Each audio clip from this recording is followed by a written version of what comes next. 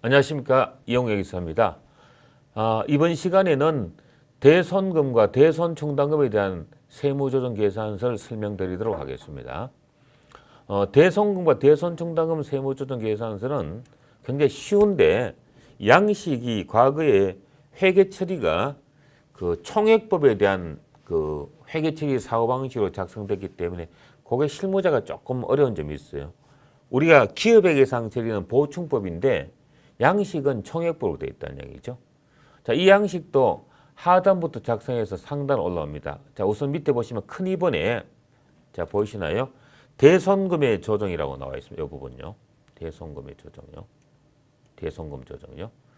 그래서 대손금의 일자, 계정과목, 채권 내용, 대손 사유가 되는데 물론 이제 여러분들 그 내용 부분에서 강의 따로 배우시겠지만 대손 사유가 크게 나누어서 신고 조정에 허용되는 사항이 소멸시효가 완성된 채권, 일반 상사채권 3년, 민사채권 5년 또는 이제 그 법원에서 확정된 판결채권 10년 등 있죠. 이 내용을 적는 겁니다. 소멸시효 완성, 그다음 회생계획 인가결정, 그다음에 뭐 부도 6개월 경과 이런 내용을 적어요. 금액 적고. 대손 충당금 상계로서 정리한 것이 있고 대손 처리한 금이 있으니까 물론 여러분들 회사에서 대부분 다가 그 바로 비용 처리가 편하죠. 왜냐하면 처리했다가 충당금이 연말에 보충을 더하느냐 덜하느냐 그 차이 나오니까 뭐 충당금 직계 상계되고 그다음에 그 비용 처리가 되고요. 그러니까 여기 보시면 시인액과 부인액이 나와 있는데 요 시인액과 부인액 나와 있는데 뭐 세무상 부인되는 금액을 뭐 굳이 미리 떨어서 부인할 필요는 없겠죠. 물론 혹시나 회계감사 받는 법인의 경우에 대손충당금 한도초 대손충당금이 악성채권의 부분을 갖다 지적받아도 떨었는데 세무상 요건을 인정 못 받을 때는 부인되겠죠. 그런 경우는 이 부인액란에 적는다는 얘기죠. 이 부인액은 입금살입합니다. 이 부분은 29번, 30번 있으면요. 그 다음에 위로 올라가면 16번부터가 이제 대손충당금인데 계정과목, 외상매출금 받으러 미수금, 부도금 등 있죠. 채권의 장부각에다가 18번에 기말현재 대손금 부인액, 이제 좀 전에 말씀드린 과거년도부터나 올해까지 대손상각한 금액 중에서 세무상 부인액이 29번 요 금액과 32번 금액에 적힌 금액이 있으면 누적된 금액을 요거 18번에 적는다는 얘기예요. 대손금 부인액이 있다면요. 과거 거는 전기말 을표상 금액을 찾아보시면 되고 올해 거는 29번, 32번 단에 적는 겁니다. 여기에다가 18번에 적고 19번에 합계를 내고 20번은 충당금 설정 제외 채권 뭐 예를 들면 어떤 걸까요? 혹시나 이제 뭐 외상매출금 중에서 가지입금에 해당되는 장기 미회수 채권이라든지 뭐 대여금 중에서 가지입금에 해당되는 주주임원 조금은 관계회사 대여금이라 이런 사항이 있으면 여기서 빼는 겁니다. 이해되시죠? 그래서 21번이 세무상 채권 잔액이 되는 거죠. 21번 금액이 합계가 1번 올라갑니다. 그 과정을 보여드리고 있습니다. 자, 21번 금액이 합계가 자, 1번 올라가죠. 그 다음에 설정률은 1% 설정하는데 다만 대손 실정률요. 요거 실정률 보이시죠? 실정률은 직전 연도의 채권 잔액분에 해당 연도의 대손 인정액을 지불 요게 실정액입니다. 대부분 다 실정률이 뭐 1%보다 많은 법인이 잘 없더라고요. 그럼 적립 기준은 뭐냐면 이 금융기관의 경우는 금융위원회에서 하는 그 적립 비율을 갖다 여기다 적는 거예요. 요거는 적립 기준은 금융기관만 해당된다라고 생각하시면 됩니다. 그래서 한도액을 1에서 2번을 뺀 것이 한 번의 한도가 되는 거죠. 여기 세법상 한도. 그 다음에 회사 계상액을 여기서 뭐 이런 무슨 문제가 생기냐면 이게 이제 기업의 기하고 세무액이 차이 나는 거죠.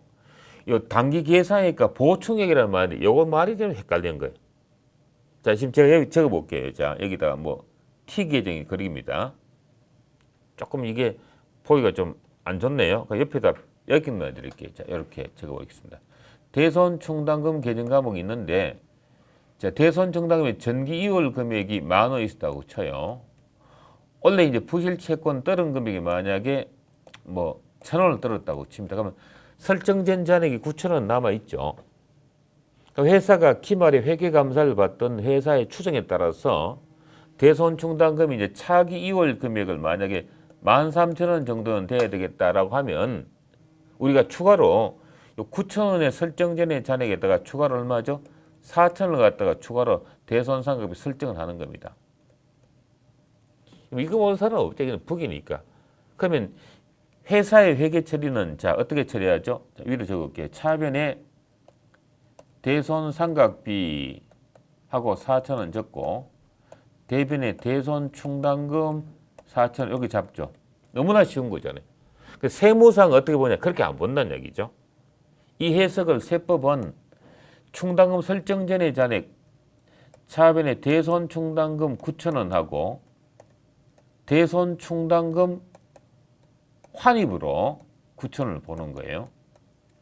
그리고 나머지 기말 잔액 차변에 대손 상각비 하고 13,000원 잡고 대변에 대손 충당금 13,000원 환입 9,000원에다가 설정 13,000원 하면 손익 이펙트는 똑같이 4,000원 똑같아요.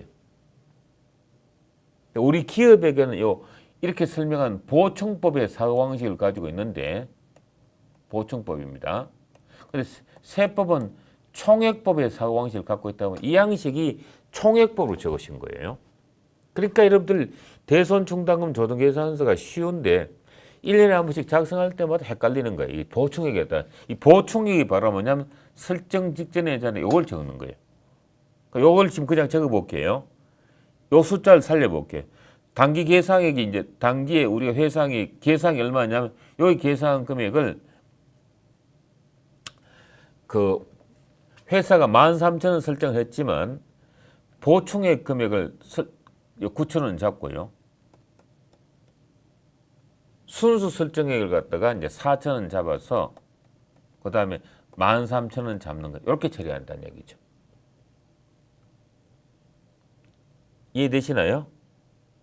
이 보충액을 잘못 적으면 어떻게 되냐면 이 5번 금액하고 10번 금액이 같기 때문에 잘못 적으면 양식 엉켜버려요. 보충액을 보충 설정액으로 적으시면 안 된다는 얘기죠. 그래서 회사 계상의 기말 잔액이 결론적으로 기말 잔액이 되는 거예요. 요거 이제 5번을 조심하시기 바랍니다. 그럼 이제 3번의 한도액과 6번의 회사 계상 차이가 이제 한도 초과 금액이 7번에 뜨죠. 송불산입하고 유보처분하는 거죠. 요 금액이 플러스면 부인하지만 마이너스는 조정 없죠. 한도 미달은요. 당연히. 8번의 충당금 기준잔액에서 기존 충당금 환입액이 있으면 적고 없으면 그만이죠. 부인액은 정기말 부인액을 적어요. 그럼 대손 상계 금액은 밑에서 충당금의 상계하고 요 우리 여기 사례는 요 1,000원이 적는 거죠. 그럼 보충액 적고 환입할 금액은 단기 환입할 금액인데 회사의 환입액은 회사는 환입한 적이 없잖아요. 여기 보시면 보충법 사고방식을 본다면요. 설정만 했잖아요. 그죠? 이해되시죠? 이 보충액 때문에 헷갈리는 거예요. 그럼 회사 환입액은 일반적으로 없을 겁니다. 그러니까 과사 환입, 과도 환입 있으면 요 금액을 적은데 이 15번 금액은 발생하면 10번 금액 항상 요 금액 일치해요. 10번 금액이 아무것도 없으면 15번 금액도 아무것도 없고 10번 금액이 만약에 정기말 부인액 이 중에서 이 안에 부인액이 1,500원 있었다고 치면 여기에 1,500원 같으면 여기도 1,500원 발생하는데 금액이 마이너스 1,500 이렇게 떠요.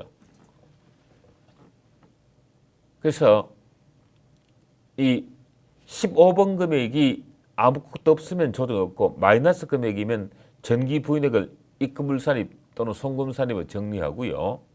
7번 금액의 한도 초과 부인액을 송금불산입하면 됩니다. 뭐 양식 여러분들 어려운 양식이 아닌데 보충액이라는 단어 때문에 헷갈리니까 그것만 조심하시면 될 걸 제가 판단이 됩니다.